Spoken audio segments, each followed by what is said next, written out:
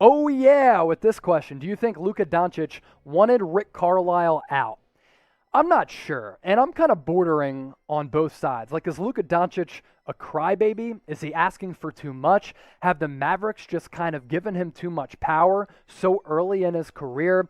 I think Luka Doncic liked Rick Carlisle. Why wouldn't you? I think he's one of the better coaches across the NBA. He's had sustained success. Harrison Graham on our Mavs channel was talking about how the Mavericks put together like 13 straight seasons under Donnie Nelson and Rick Carlisle of 50-plus wins. You know how hard that is to do in the Western Conference? So I'm not sure if Luka Doncic wanted Rick Carlisle out. I do know this. The Mavericks, Mark Cuban, whoever's going to be the next coach as well as the general manager for this franchise, do whatever it takes to make Luka Doncic happy. He's the closest thing, in my opinion, that we've seen since LeBron James, and you want to keep a generational player like that happy and under team control. They're going to give him the max of this offseason. I agree with that. Luka should take it because anytime you can secure the bag, you should definitely do so because you never know what's going to happen with injuries. But for Mark Cuban, do whatever you got to do to make this dude smile because he is built different and he is one of one.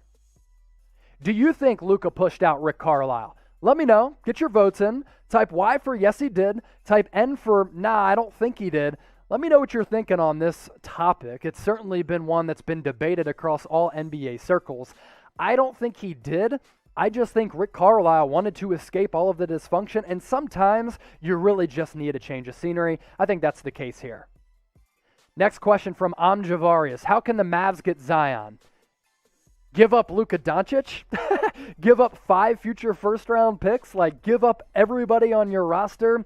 Look, if I'm the Mavericks, I'd be all in because Luka and Zion would be a great partnership. And actually, in terms of on-court fit, I think it'd be pretty fascinating because Luka's a great passer, great creator, great scorer, and that kind of allows Zion to be in a hybrid role where he can live down low in the dunker spot, he can bring the ball up and kind of take away the usage rate from Luka, but you'd have to give up an arm, a leg, your head, if you want to cut yourself off to get Zion Williamson on the Dallas Mavericks.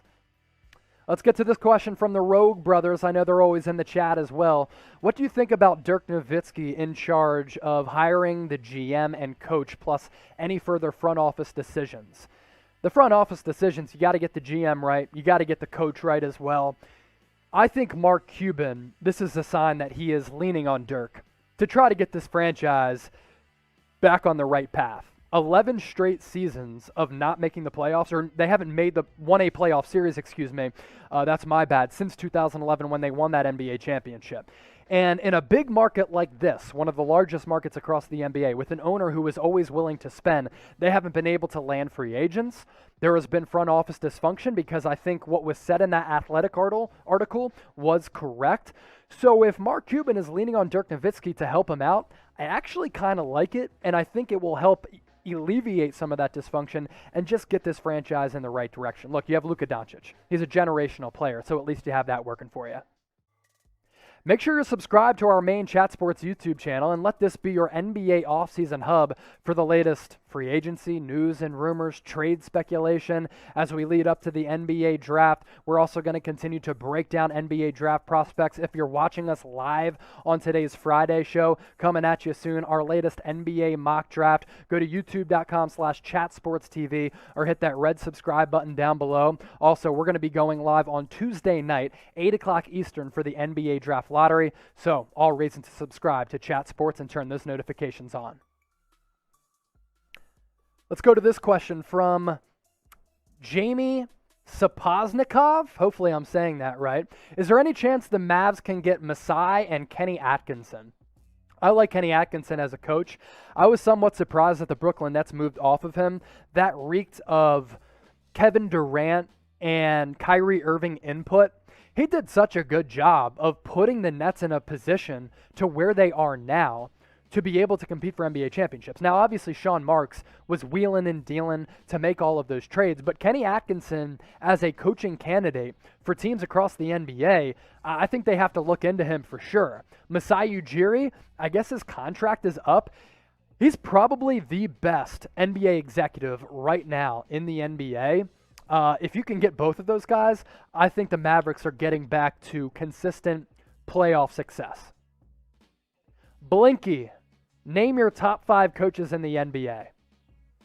It's a good question. I think Eric Spoelstra is the best. Greg Popovich still. Nick Nurse, he's right up there as well. I'll tell you this. Ty Lue has made some masterful adjustments in the NBA playoffs. I think he deserves to be on that list. Those are 4. What's another one? Monty Williams has done a phenomenal job. Like, this isn't based on track record. This is right now. Those are my top 5 guys right now in this current moment. Jason Kreider, Porzingis to the Pacers for Myles Turner. It's actually not terrible. The contracts don't really match up, though. Porzingis is on the books for like $30+ million over the next couple of seasons. Myles Turner, on the other hand, he's nowhere near that expensive, nor is he worth it. Now, from the Mavericks standpoint, if they can get rid of that salary and bring in Myles Turner, I actually think that's a pretty good deal because Mark Cuban has talked about the rift that currently exists and has existed between Porzingis as well as Luka Doncic. So if Luka wants Porzingis gone, get rid of him. In terms of Myles Turner's contract, nowhere near Kristaps Porzingis. In fact, it's about half. Next 2 years, $17.5 million is his base salary.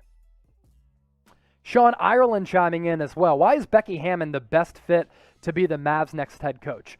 She's getting a lot of buzz and should get a lot of interviews across the NBA for head coaching openings. Becky Hammon came up under Greg Popovich. She won a WNBA title. She was so experienced. She has learned from arguably one of, if not the best coaches in the history of basketball, certainly over the last couple of decades, right up there with Phil Jackson. So I think Becky Hammon at some point is going to be an NBA head coach. I'm not sure when it's going to be or if it's going to be this offseason, but I think at some point either her, Carol Lawson, somebody else, becomes the first women head coach in the history of the NBA. Xterror T, you don't have your notifications on. Come on, man. You got to get those notifications on. Therefore, anytime we push out a video, you will be notified. Should the Mavericks trade for Kemba Walker? Well, if you're just joining us, and obviously you slept in today as we record this during our live show on Friday, you did not know that Kemba Walker has been traded to the Oklahoma City Thunder in exchange for Al Horford. That's why you put on your notifications. Therefore, anytime we push out a video, you'll be notified. So don't be a fool. Turn those notifications on so that you are stayed up to date and you don't ask an outdated question. I do appreciate the question, though. This question coming in from 4Hype or 3-Channel Friend. What team was Chris Paul best for? The Phoenix Suns. Like, he wanted to go to Phoenix for business and professional reasons. So he's great on the Phoenix Suns. In terms of his NBA career, what he did to kind of repair the culture of OKC is pretty crazy. OKC didn't make the playoffs this year. They were one of the worst teams in the NBA. Last year, they made the playoffs all because of CP3. But I'd say, what team has he been best for? The Phoenix Suns. He's getting into the Western Conference Finals. He has had an impact on the Suns like Tom Brady has had on the Tampa Bay Buccaneers from a cultural standpoint. So I'm going with the Phoenix Suns. His work there, has been absolutely magical. If you want to talk ball, talk hoops, talk NBA, and chop it up with me, or you didn't get your question answered on today's live show, be sure to hit me up, give me a follow on Twitter and Instagram at Chase_Senior. I made it very easy for all of you, simply. It is the same handle on both social media platforms. Give me a like, a follow. My DMs are open right now. Hit me up, and let's talk some ball. Also, make sure you're subscribed to our main Chat Sports YouTube channel, because here on NBA Now, we go live every single Friday, 4 o'clock Eastern, 1 o'clock Pacific, bringing you the latest news and rumors around the NBA. On today's live show, we gave you our latest NBA mock draft. We did 2 mailbags. Basically, anything that happens across the entire NBA, we will go live and talk about it. So subscribe by going to youtube.com/chatsportstv and turn on those notifications. Therefore, anytime we push out a video, anytime we go live, you will be notified.